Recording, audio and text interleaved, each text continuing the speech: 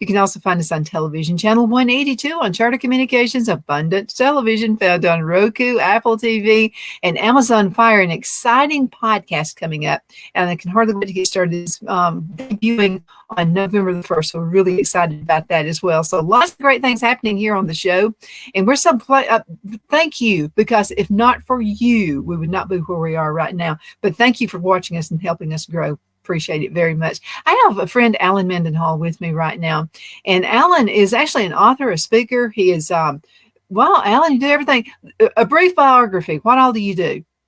Well, I'm currently Associate Dean of the Sorrell College of Business at Troy University and Executive Director of the Manuel H. Johnson Center for Political Economy, which is a free market educational and research institute here in the business school at Troy University.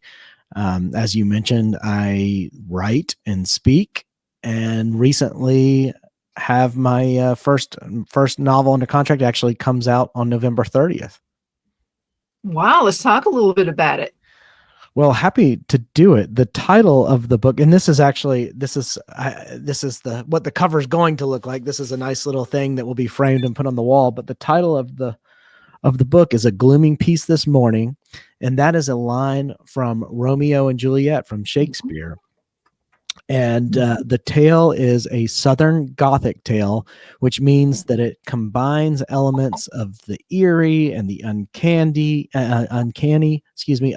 I'm thinking Halloween. We're getting so close to Halloween. But the narrator of the book is a character named Cephas, and it's a look-back novel. So Cephas is an adult narrating events from his childhood, which took place in the 1970s in the fictional town of Andalusia in the fictional Magnolia County. So when I told my mom about this book, she said, "Those aren't fictional places. Those are real places." I said, "Oh, no, Mom, there are actual places out there in the world called Andalusia and Magnolia County, but that's not the fictional version, which takes place in my head.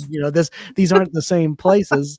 But it's like To Kill a Mockingbird in the sense that the story centers around Cephas and his friends, Lump, Brett, and Michael. But there is a lawsuit in the background, the specter of a lawsuit in the background, sort of like Tom Robinson drives the tale of To Kill a Mockingbird. There's a lawsuit going on in the background, and this one, it's the tale of Tommy and Sarah Warren, and their story was inspired by a case that I read as a law student. So I think it would have been my first year of law school. So in 2006, I read this case about it was actually a statutory rape case, and it was about a mentally disabled 18, 19-year-old. I don't remember the name. I don't remember the age of the person in the actual case, because I never went back and reread the case, because I thought if I went back and reread the case, it would influence too much the fictional case that I was trying to create. And statutory rape is a crime for which the mens rea element is irrelevant. So you either did it or you didn't. It doesn't matter whether you're morally blameworthy or not. And so in this case that I read, the defense was trying to argue that this mentally disabled person didn't have the capacity to commit a crime, couldn't intend to do something bad because he was, as they used to say, mentally retarded. And the law basically didn't care about that, because the law said, if you did it, you did it. And so I thought it was an interesting story and a controversial story, one in which there's a lot of moral ambiguity. There's no good guy, there's no bad guy. It's just all kind of bad and as I said, morally ambiguous. And the best novels are morally ambiguous.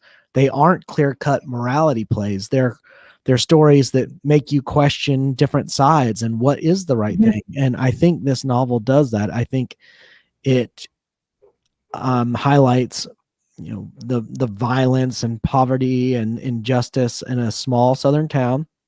And it has elements of the grotesque, like any Southern Gothic novel would. There is an element of decay, an element of decline, as this small town suffers economically and culturally because of technological progress, bringing people out of these towns and into the cities. Mhm. And so there's social commentary as well. There's a sense of class disparity.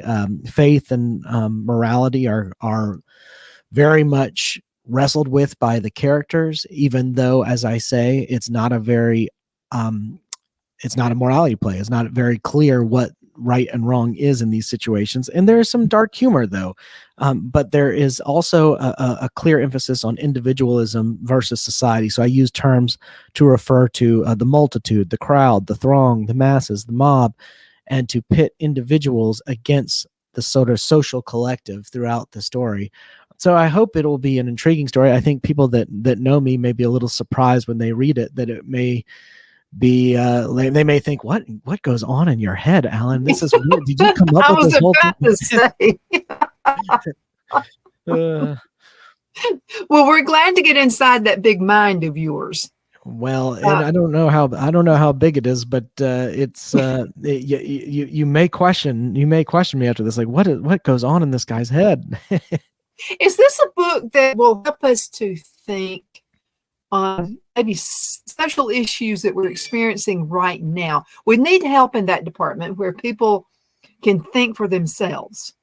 Well, I think so, and the reason why is that it is, as I've said already, morally ambiguous. So you have to think about the circumstances presented in the novel, and it's not going to have a clear hero or a clear good guy.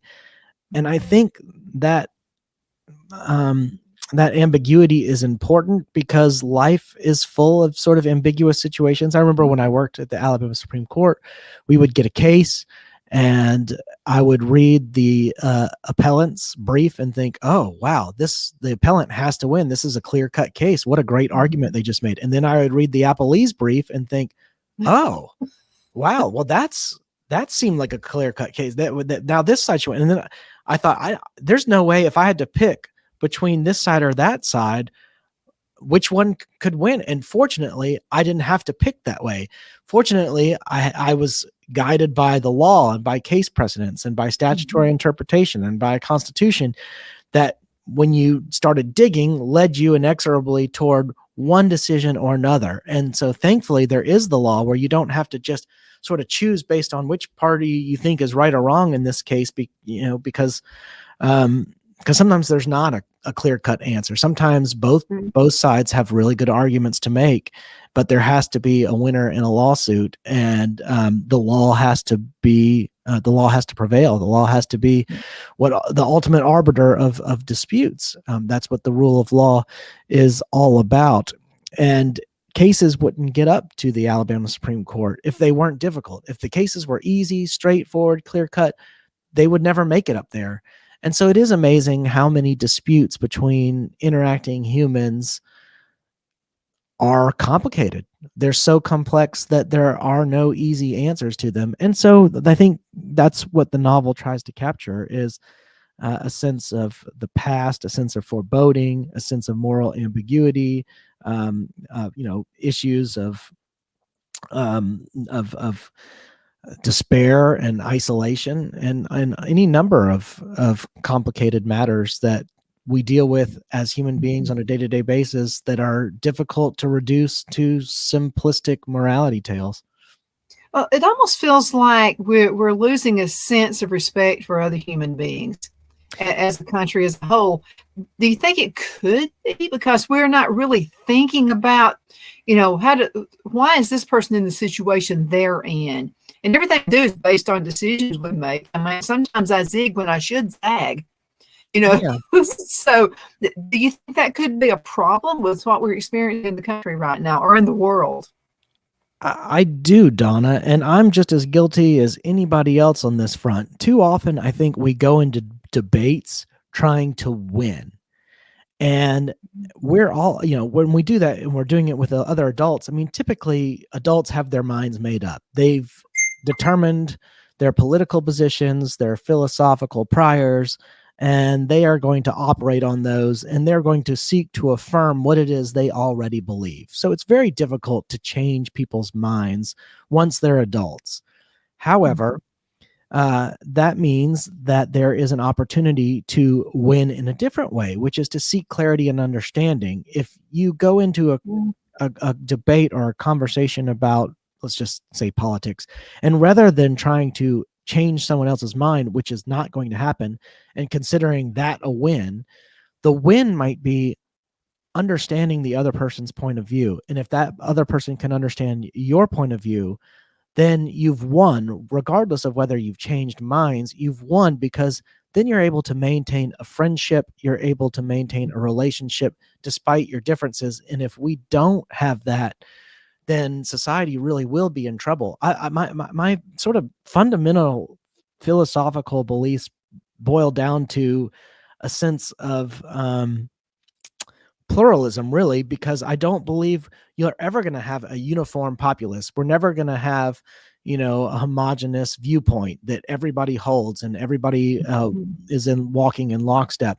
And so what you have to do is figure out how in society to accommodate disagreement and keep disagreement constructive and at the level of rhetoric and discourse, so that it doesn't degenerate into violence. And what I fear is that now, because everyone is so angry, we risk letting our differences degenerate into violence. We risk solving our problems through brute force rather than rhetorical debate.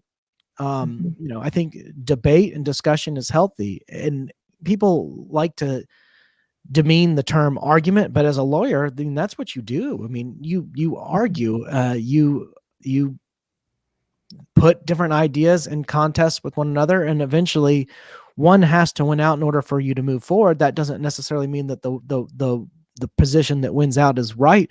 I remember several cases where when I worked for the Alabama Supreme Court, where the outcome seemed unjust. It just didn't seem right. It didn't sit well with me. Yeah. And that was a result of a poorly written statute. But it wasn't the judiciary's position to rewrite the statute to what it should be to achieve some just result in a particular case. And it may even be that that statute yielded just results in the aggregate more often than not. But it did mean that the statute was imperfect. And you know what? That's going to happen in democracies and in society, because there are no perfect laws and there are no perfect people. And life is messy. And we have technological change. We have cultural change. The only constant is change.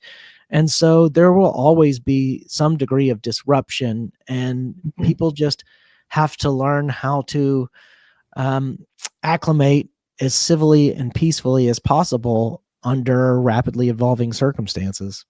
I think so too. I had a stepfather. His name was Thomas, and Thomas was a farmer.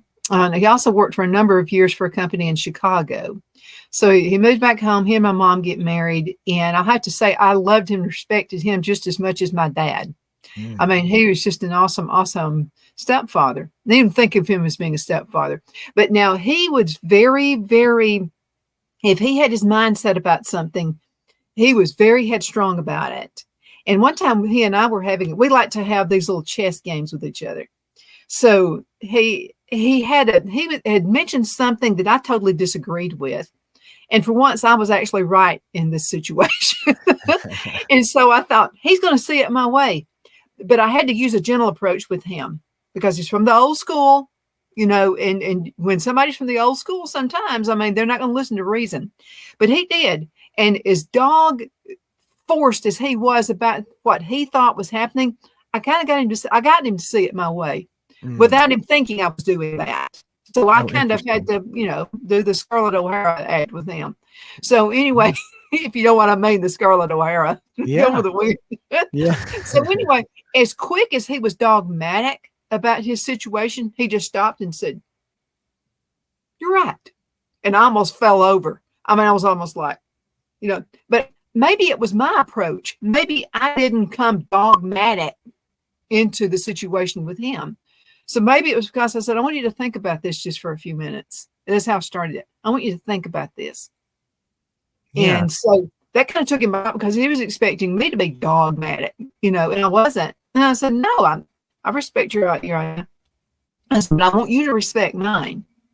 Yeah. And so we did. And so, I don't know. I think it may have been because I've been on the other side where I was dogmatic too. Well, nobody's going to listen to anybody. if you're acting that way. I think it's in the presentation. I think that's right. Yeah, because you have your fundamentals, you have your foundations and your priorities and your beliefs, and you don't want to compromise on them just because somebody has come along and challenged them, but you do want to test your beliefs, subject them to scrutiny, and really make sure that you are correct, because we're all prone to error. And I think an awareness of our probable error, gives us the humility we need to form more coherent beliefs.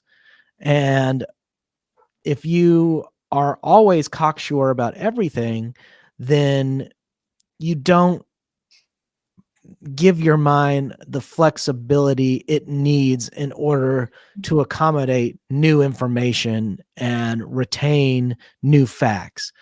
And so there's always sort of a balancing act that takes place as to holding firm to convictions and sincerely held beliefs, but also being open enough to welcome new data that is presented. Mm-hmm. And there always will be new data. I mean, the world is always changing, but there are always elements of the human experience that remain the same. So it's like the old pouring old wine into new wineskins. We've always had wine, but sometimes the wineskins are a little different. We've always had, the human condition has always suffered from the same sinful state and the same awesome characteristics as well. But their manifestations may change over time as we have new environments in which they present themselves. And I also kind of like to do things, I think the best way to describe it is the Jesus way. So I used to have a business. And so right by my business in a mall setting was a guy who sold ice cream, and he was a Muslim. And so we gave each other respect, but I think the respect probably, and it was right after 9/11. Okay. So he was freaking, everybody's going to hate me because I'm a Muslim and all this. So we in our back, we would have an area where there was an inventory for each business. It was all locked and, secure and that kind of thing. Sometimes I would have to come out the back way of my business and pass through his. Well, who'd be praying to Allah? I will tell you this about Muslims is they more than we are in some cases. And so he had this particular time of the day, he would pray to Allah. And so I was respectful of that. So what I would do is I would barely, because my door squeaked and it would shut like fast and sound like an alarm going off. So anyway, I would hear him, and then I would go ahead and gently shut the door. But I think I led him by doing that. And some of my customers said, well, I'd be slamming doors and I'd be doing this and I'd be doing that. And I said, well, I wouldn't want him slamming doors to me.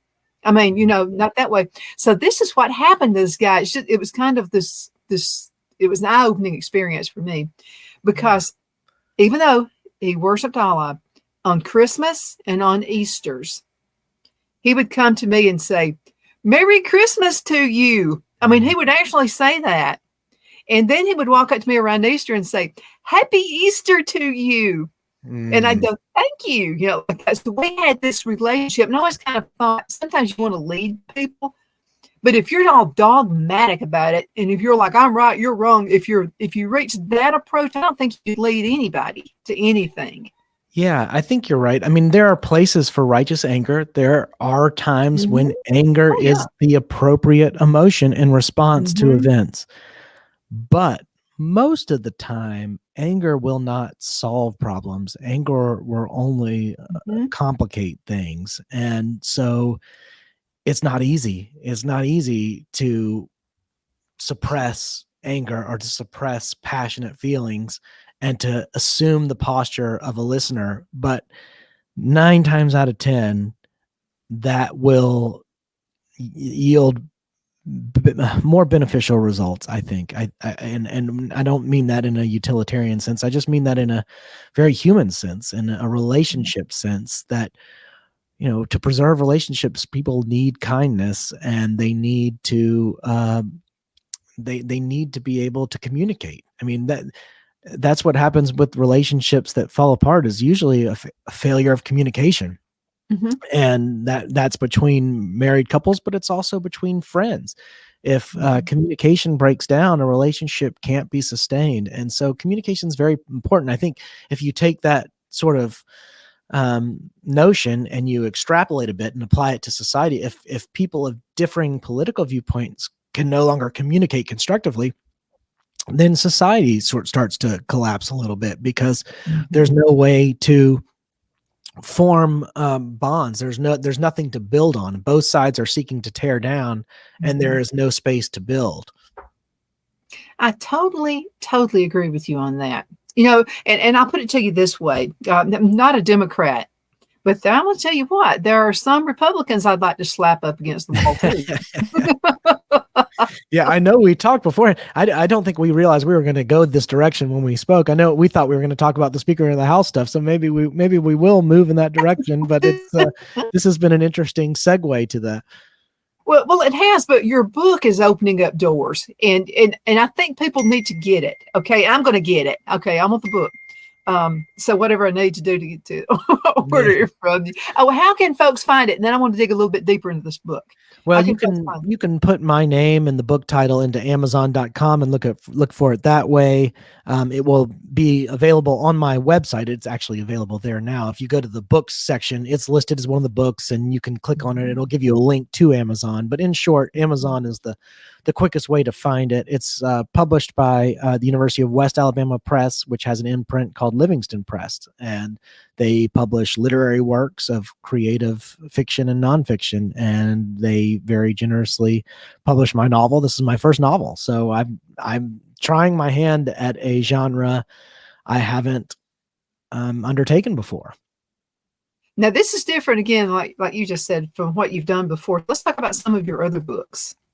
Well, yeah, I guess this is my eighth book, and then I have a ninth one coming out on ESG, which is just totally different. But my very first book I wrote as a graduate student at Auburn University, and I was kind of fed up by the Marxism in English departments. And I mean straight up Marxism. I don't mean that as just like a derogatory term or a pejorative. I mean, like, they're genuinely Marxist in English departments. And I was on the left as an undergraduate and moved to Japan and started reading economics, and then realized I was actually more conservative than I thought.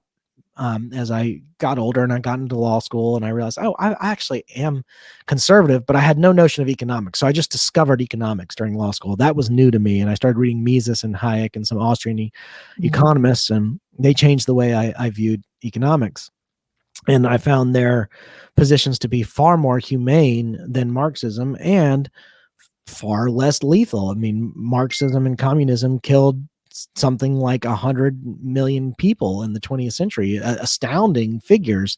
You know, the Holocaust killed 6 million, and everyone remembers that number, but people nevertheless won't say 100 million or more than that, maybe even caused by deaths caused by socialism and communism. And that's not just through direct killings or assassinations, but through, starvations and other form of deprivation.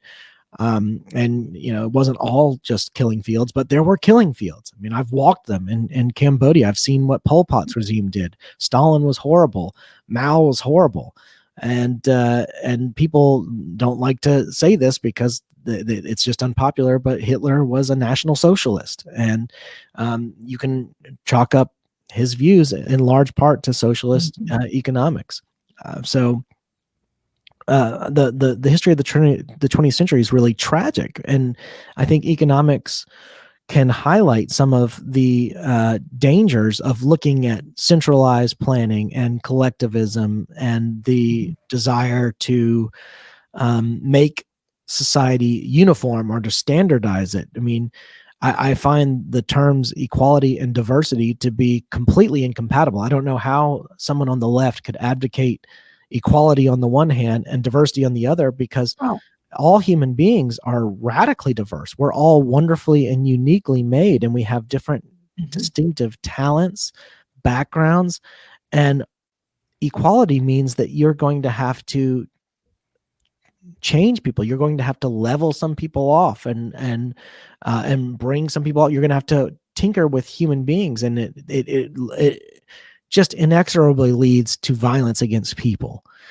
So I actually agree with the value of diversity, and I think diversity ought to be judged on the basis of actions and results, and not on immutable characteristics like race that you can't choose. You're born into the world with a particular skin color, and you didn't earn anything by being born white, black, Asian, whatever it is. That's not something earned. But if you contribute to society, if you add value to society, if you solve problems, well, that's the type of thing that ought to be rewarded. And if you are uniquely talented to accomplish things that improve the human condition, well, you ought to be rewarded for that. You ought to have profits, or you ought to be celebrated. And that means that there will be an inequality. You may earn more than somebody else, but it's because other people have found what you've done to be more valuable to society. And so the results are earned. The fruits of the labor are earned. That's a hard-earned profit that is something to be proud of, not something to demean. I think so too. You know something? We have to go into a commercial break. Can you believe half the show is already over? I cannot believe half the show's over. 30 minutes. So it happens every time you're on the show. So let's go ahead and go into a commercial break. We'll be right back in just a minute. Everybody hang in there. The Hatter Cafe and Country Inn is nestled in the northeast corner of Alabama the Beautiful in the delightful town of Mentone. We're located on top of scenic Lookout Mountain near Little River and DeSoto State Park, and located only 5 minutes from shopping and restaurants. There is also a nearby community walking path and golf course. We welcome everyone through the doors, and we are committed to outstanding service for all guests. At the Hatter Cafe and Country Inn, we invite people from all walks of life to come and get away from it all, enjoy the open spaces, treetop views, fresh, clean air, and experience Southern hospitality at its finest. We look forward to hosting you. To reserve a special event, or if you would love a special getaway at the Country Inn, you can call us at 256-634-2018.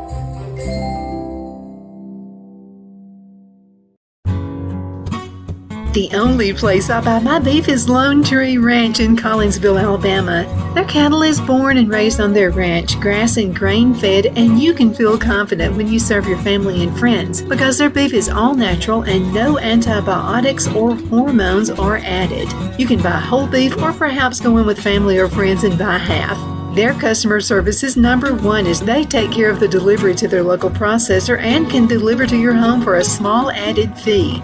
They also offer herd replacement heifers. I always call Lone Tree Ranch in Collinsville, Alabama for my beef specialty recipes and cookouts, and you can too. Food shortages are increasing, so buy local by calling 256-523-6462. That's 256-523-6462.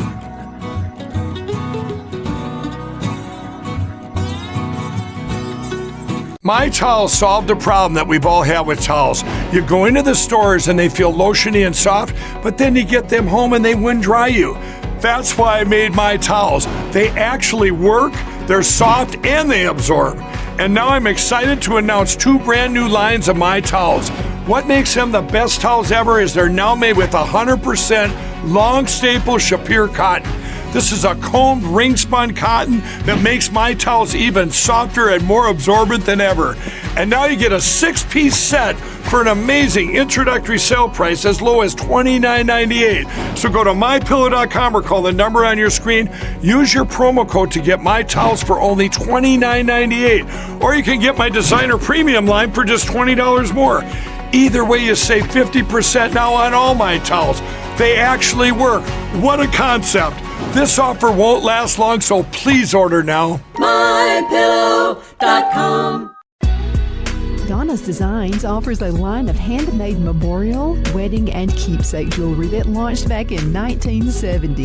I'm a self-trained jewelry designer, and I will work closely with you to create unique designs you can love and treasure for years to come. Whether that be flowers that were used in a funeral arrangement or stones you found on the beach at a memorable trip, call me at 256-659-4319, and let's think of the possibilities.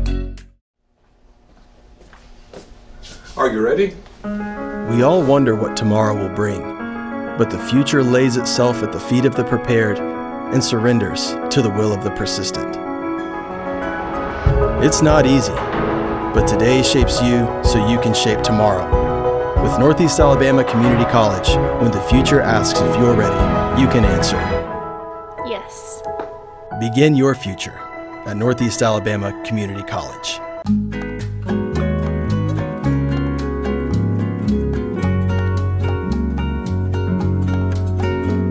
At Lamone's Mexican Restaurant, located in Henniger, Alabama, and voted Best Mexican Restaurant of DeKalb County, Alabama 2020, we're here to serve you with authentic Mexican cuisine. Order easily online by going to lamonsmex.com or call 256-657-3999 to place your order.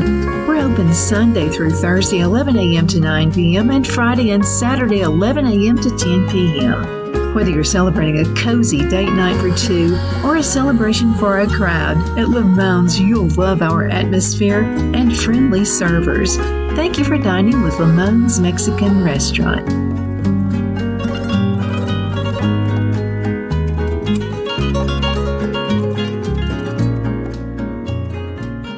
Host of Donna's Edge on IAC Radio, your source for news and entertainment. You may also find us on television, channel 182 on Communications, Abundance Television on Roku, Apple TV, and Amazon Fire. Saying Apple TV makes me hungry. You know, we were talking just a few minutes with Alan Mendenhall, and Alan, I knew that'd get you stirred up. Yeah, food always does it. You know something? Food brings people together. And we've been talking about that. You know, you have just written a book. And so Phil and I had moved to Charlotte, North Carolina. He took a job promotion, took us there several years ago. We lived there for about 9 years and came back about 10 years ago. And so I didn't know any of the neighbors. We lived in a private cul-de-sac, and I wanted to know people, you know. So I thought, you know, it's right around Thanksgiving. I'm going to bake cakes and take them to all of our 5 neighbors. Do you know that opened the doors? That definitely food did it. Okay. Well, so I can tell you, Donna, if I baked for my neighbors, the doors would be closed forever because I don't cook. But I might pick something up from the store, a nice gift basket, and bring it by. That might be a better option for me.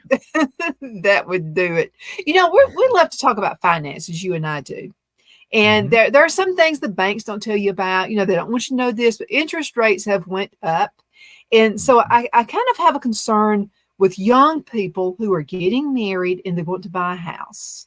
And we're expecting the interest rates to go back up again in December.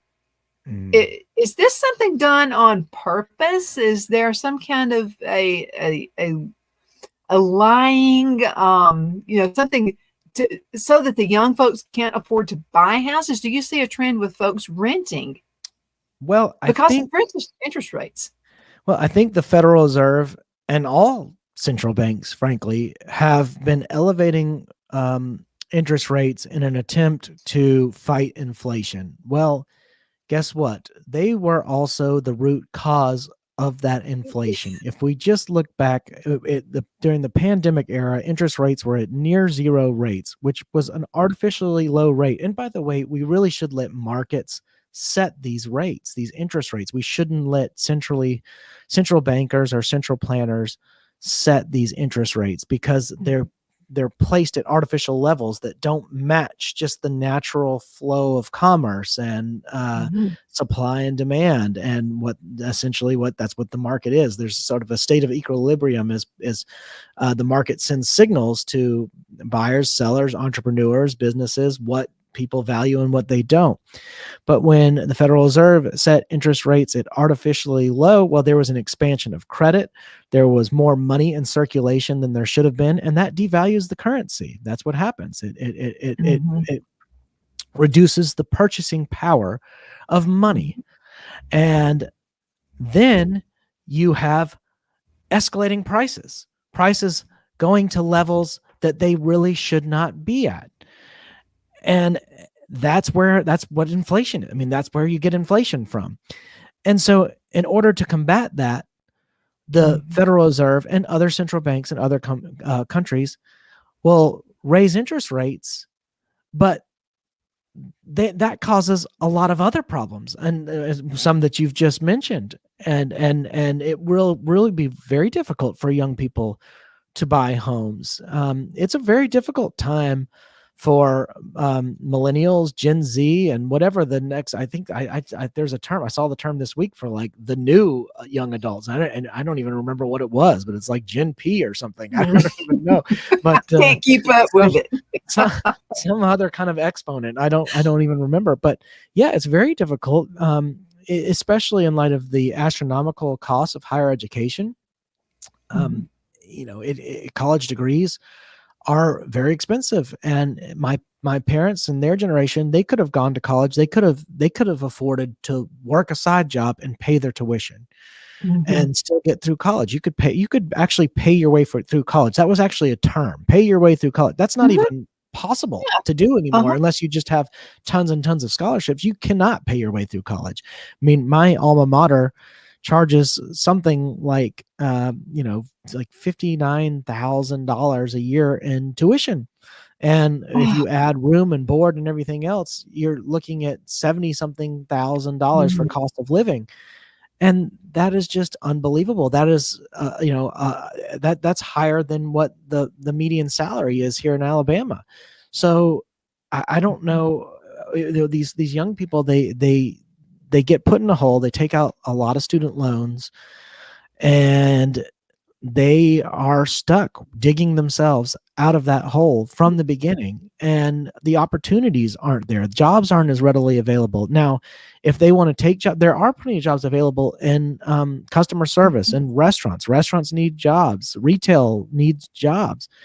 But you don't go and get a college degree and take out all these loans to take those jobs.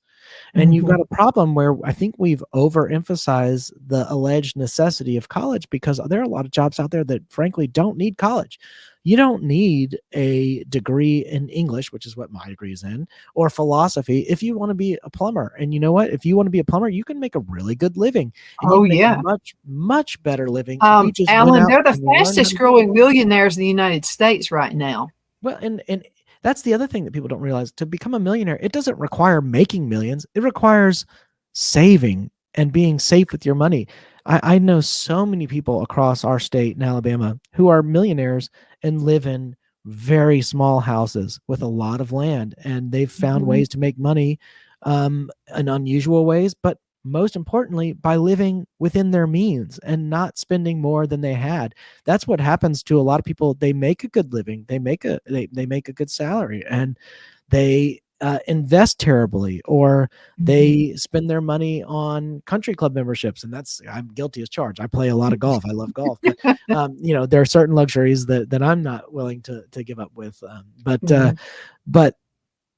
would it be much smarter for me to not have a membership and maybe play just public courses, or, maybe not buy the $40 bottle of wine, but buy the $10 bottle of wine, or whatever it is, of course.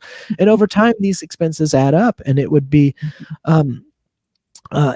sensible for everybody to live within their means and not try to be showy with your money, because what are you really trying to prove? You can't take the money. You're going to die one day anyway. You can't take the money with you. You may as well have the money in reserve and live a comfortable lifestyle and not have stress, and then also be able to give to those causes that you need to give to, or that you want to give to, and give to your church, to tithe, and to have a rainy day fund. If an emergency does come up, there could be a tornado could hit your house, and I know there's insurance and stuff like that, but other unexpected things could happen, and you need that rainy day fund. Your car could break down. You need to buy a new car, whatever it is. it's better to have that cash on reserve. And I think young people have gotten used to a lifestyle where they just want to spend all they have, and they spend down and they have no savings. And that's Well, this problematic. is And one some of thing, it's their Alan. fault, and some of it isn't. Well, see, they say their parents are in these huge mega homes. I mean, and sometimes parents are the fault of this. Oh, Sometimes absolutely. they want kids to move into that huge 5,000 square foot house now, and they've got to know each other just a little bit. I mean, they need to start out. And I'll give you an example. So Brad, my son, was going to college, paid his own way. No, we helped him out some, but he, for the most part, he paid his own way. But this is how he did it. He bought a mobile home, and it's on the outside of the college, just outside of the college. And he rented out the bedrooms in it. There were 3 bedrooms. He slept on the couch and rented the bedrooms out Oh, wow. to others. Wow. So he had the mobile home paid off in no time. And so we taught him, we said, son, you don't pay the house payment. You pay over the house payment. Because when you're paying over, you're going to save so much money in interest. And nobody tells the young folks that. No one does. Well, he had that paid off. So then he's engaged. My daughter-in-law, by the way, she's a daughter in love. She's the daughter I never had. So she's just an awesome girl. But she came from a pretty wealthy family. They were embarrassed that Brad and Larissa were living in a mobile home. And so, but what they wanted to do was stay in the mobile home. They moved the guys out. So they stayed in the mobile home. They saved their money and put this huge down payment. We're making double house payments. They had a goal to pay the house off in 10 years, a 30-year mortgage, by the way, which almost freaked me out when they did that. But anyway, he wound up making the right decision. They had the house paid off as a townhouse, paid off in less than 10 years, saved over $100,000 in interest. And they did it. I mean, that's amazing. But they set a goal, and but now they both were in the same mind and the same accord. Okay. So they both had the same idea on getting this done. Now my son is considered the financial genius of the family because he did that. He has no house payment, no nothing like that. I mean, that's brilliant. I mean, think about how much money that saves him over time, over the course of his lifetime. That's unbelievable. That's so smart. I wish I could trade places. That would have been amazing. I had it's my friend's stepdad. He's my college roommate. He was the CFO of Wendy's, and we were, I don't know, shooting the breeze over dinner or something. And he was giving us advice. And he said, if you can, when you get older, negotiate a 20-year mortgage, which usually people are just 15 or 30. So I don't know how difficult it is because I didn't actually take this advice, but I think it's very sound advice. But his position was, if you can negotiate a 20-year mortgage and then pay just a little over each month toward that mortgage, whether it's 500 or 100, but if you can just make a little bit of extra payment every month and pay it off early, you will save yourself so much money in the long run. And I think the same is said for investing. If you just put away a little bit each month, in your savings or, something like that, you really can earn a lot of money. And there's a lot to investing in capital markets that, a lot of conventional wisdom is being challenged. And, you want an actively managed fund with a mutual fund advisor. Well, maybe you shouldn't be paying those fees. Maybe you need a passive index fund, an exchange traded fund that just tracks the S&P 500. I think you'll do a lot better with that over 10 years. I know Warren Buffett made a bet with some other famous person and said, look, over the next 10 years, you play the market and you buy and sell stocks, and I'll just put it in a passive index fund, and we'll see who does better over 10 years. And Warren Buffett did better over 10 years. And he said, you just can't, there's not enough intelligence to know what to buy and sell. You've got to put it in something that diversifies your assets across fields and industries. So if you have a downturn in one, it's still held up by the other. So why are these things not being taught in school? The things that are being taught are so disruptive. Like, like, I don't know if I'm a man or a woman. I don't know if I'm a boy. Why are those things being taught instead of good sound advice like finances? What's wrong with this country? Oh goodness. We've got a lot of we've got a lot of trouble. You look at the chaos in Russia, Ukraine, and the chaos in the Middle East with Palestine and Israel, and you see people who are waking up every morning wondering if they are going to die today. And yet here in the United States of America, our most pressing concern is whether a man can wear a dress and walk into the women's bathroom. How much privilege do we have? We hear that term thrown around a lot, privilege in a negative way, but we should be ashamed of ourselves. We live in a country where we don't have to wake up every day worrying whether we're going to survive. We know that we're going to get our meals. We know that we have plumbing. Even poor people have iPhones and access to food in our country. And we take that all for granted and worry about things that are just luxury concerns. They're really just, it's almost decadence. We've become decadent as a society. And I think whenever a society becomes decadent and complacent, it enters into a period of decline. We've seen that with many ancient civilizations, most notably the Roman Empire. And we have never even come close to achieving the degrees of prominence and power that the Roman Empire enjoyed. So we have, it's much easier for us to lose what we have gained than it was for the Roman Empire, which had centuries and centuries of building up that, it took a lot more to undo what had been done than it will for us. We're a pretty young country. We haven't been around for very long. And so it can be lost much quicker, I think. And I'm afraid to say, I think we are at risk of losing it if we're not already in some form of rapid decline. And I know this decline narrative is something that every generation worries about. Every generation says we're worse off than the next, et cetera, et cetera. But, I think the facts are starting to bear themselves out at this point. And we have governmental dysfunction, we have cultural dysfunction, and we can see that rival countries are rising as we are falling. And I think it's pretty clear that that's the case. It does not mean that we live in the worst time in the world. No, we actually are very blessed to be living in our time and place, but we need to be careful about that. We need to be aware of that, and we need to protect what it is that we have before it does go away. Well, I think we need to teach our children. And I want to give you an example. I know a young couple, they're getting married. They're trying to decide if they're going to rent a place. We were raised, you buy your home, don't rent.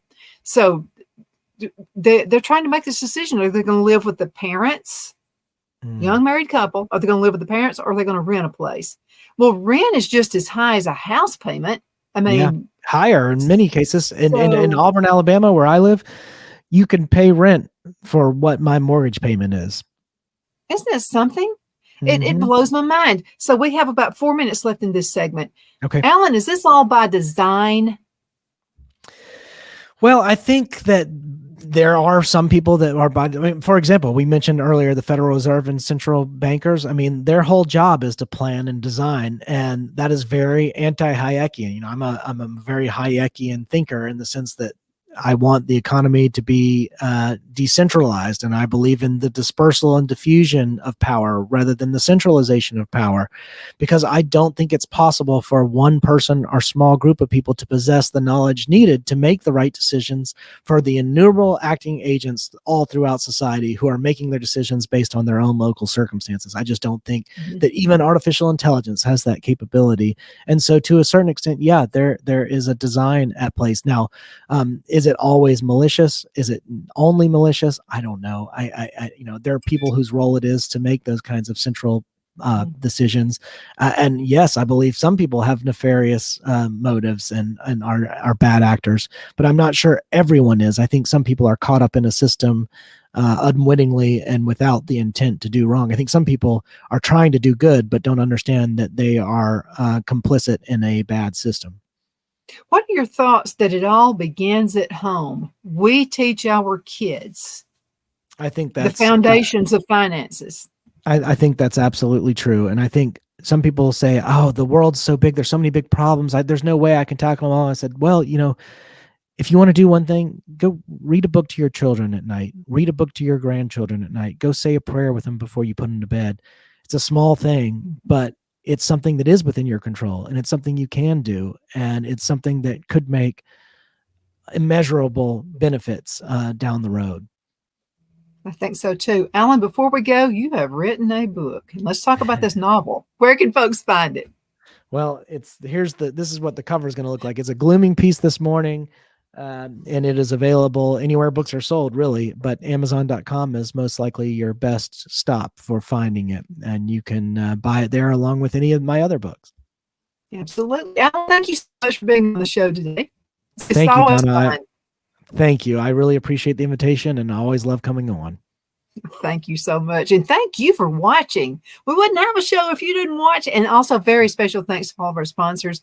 Thanks to the Gadsden Mall coming on board. We definitely appreciate that project. And Applebee's, thank you for coming back home to us. We appreciate that as well. And to all of our other awesome sponsors. Thank you so much. Hope you have a great one. Bye-bye. At Liberty Bank, we're all about community, whether it's to help with a charity fundraiser or help families in need. Toys at Christmas or a local football team, we're here for you. You see, we realize the importance of family. Sometimes it's to build a new home or necessary home repairs. We're here for you. If you like the feel of a small town bank with all the conveniences of a big city bank, we're here to serve you. You will find us at any of our convenient locations in DeKalb, Marshall, Etowah, and Blount counties in North Alabama. You can call and speak with any of our friendly staff at 256-659-2175 or check us out on the web at libertybankal.com. And thank you for your support of our community. Member FDIC Equal Housing Lender.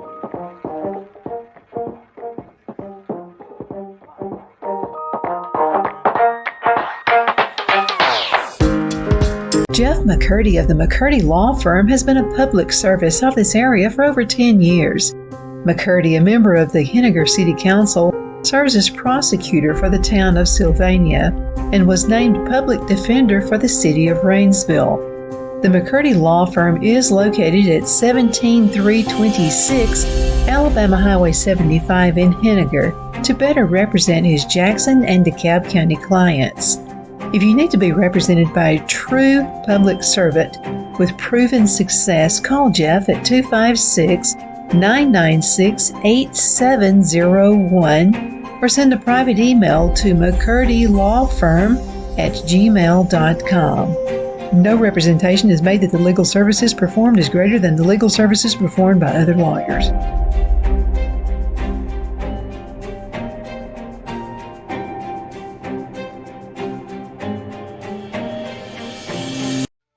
Wow, it's so soft and smooth. It's cool to the touch. How did you do that? Well, we took MyPillow's patented fill and combined it with this new technology that we didn't have back then when I invented MyPillow to bring you the best pillow in history, MyPillow 2.0. Because of all of you, MyPillow 2.0 has been a huge success, and now we're bringing you our best-selling Go Anywhere MyPillows with the same temperature-regulating technology. Made with my patented adjustable fill and brand new cooling fabric, they're truly the next generation of MyPillow. So go to MyPillow.com or call the number on your screen. Use your promo code to save over 60% on our MyPillow 2.0 4-pack special. You'll get 2 MyPillows and 2 Go Anywhere MyPillows, regular $259.92, now only $99.98. King size just $10 more. This is a limited time offer, so please order now. The only place I buy my beef is Lone Tree Ranch in Collinsville, Alabama. Their cattle is born and raised on their ranch, grass and grain fed, and you can feel confident when you serve your family and friends because their beef is all natural and no antibiotics or hormones are added. You can buy whole beef or perhaps go in with family or friends and buy half. Their customer service is number one as they take care of the delivery to their local processor and can deliver to your home for a small added fee. They also offer herd replacement heifers. I always call Lone Tree Ranch in Collinsville, Alabama for my beef specialty recipes and cookouts, and you can too. Food shortages are increasing, so buy local by calling 256-523-6462. That's 256-523-6462.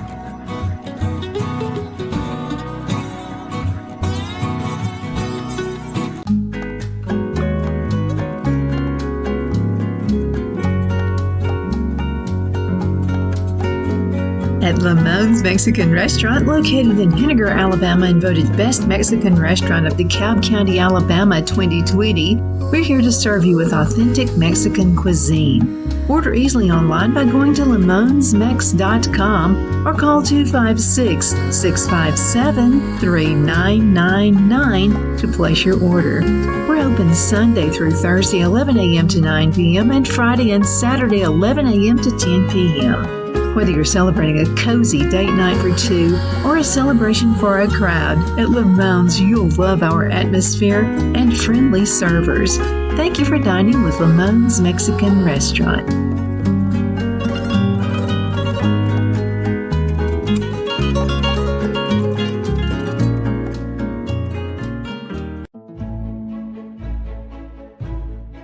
The Hatter Cafe and Country Inn is nestled in the northeast corner of Alabama the Beautiful in the delightful town of Mentone. We're located on top of scenic Lookout Mountain near Little River and DeSoto State Park and located only 5 minutes from shopping and restaurants. There is also a nearby community walking path and golf course. We welcome everyone through the doors and we are committed to outstanding service for all guests.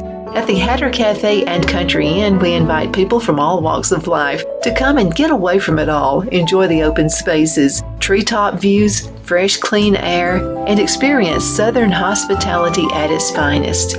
We look forward to hosting you. To reserve a special event, or if you would love a special getaway at the Country Inn, you can call us at 256-634-2018.